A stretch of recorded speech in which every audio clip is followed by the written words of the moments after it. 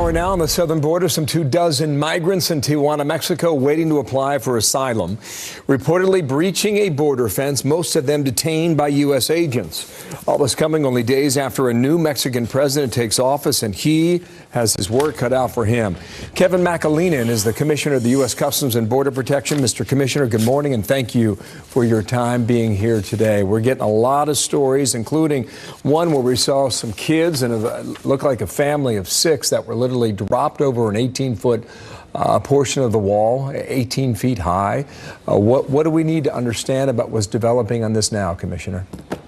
Yeah, good morning. Thanks for having me. We've got a challenging and still potentially volatile situation in Tijuana. We've got over 7,000 migrants there. They were well organized. They were brought to the border by a group that told them they'd be able to cross easily into the U.S. To present asylum claims, and that's not the case. So we've been working with the government of Mexico operationally and tactically on this, but as you saw and as you're showing your viewers, we do see individuals trying to cross illegally, both in the San Diego sector. We are addressing that activity, and then of course you saw the scenes of the family literally dropping children over the fence. That was out of Yuma sector in Arizona, also interdicted and apprehended by Border Patrol agents. Let me just stop you there. It remains a very challenging situation. We've got some surveillance video. I think it shows it. We'll just go ahead and show our viewers that. Do you know what happened or what came of this group? Yeah, so they were apprehended and taken into custody. They'll be turned over to ICE for appropriate processing.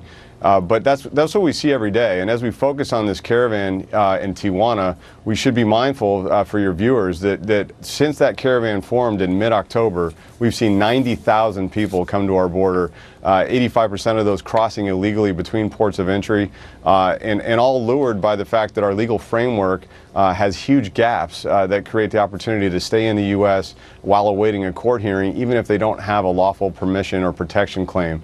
So it's a huge challenge that we need to work with Congress to address. It sounds like the situation is getting worse and not better.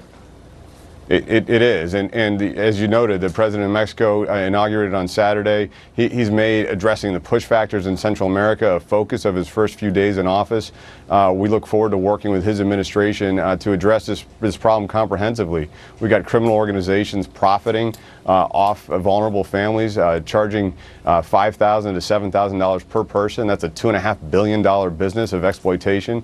We've got to stop it, and we've got to partner with Mexico to do it. And we're hearing words, you know, the caravan that arrived there in Tijuana, I mean, they've got problems and issues with those who've been waiting for asylum claims for weeks ahead of them.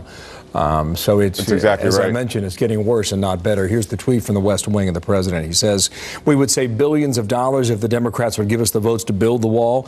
Either way, people will not be allowed into our country illegally. We will close the entire southern border if necessary. Also stop the drugs." How does Congress resolve this?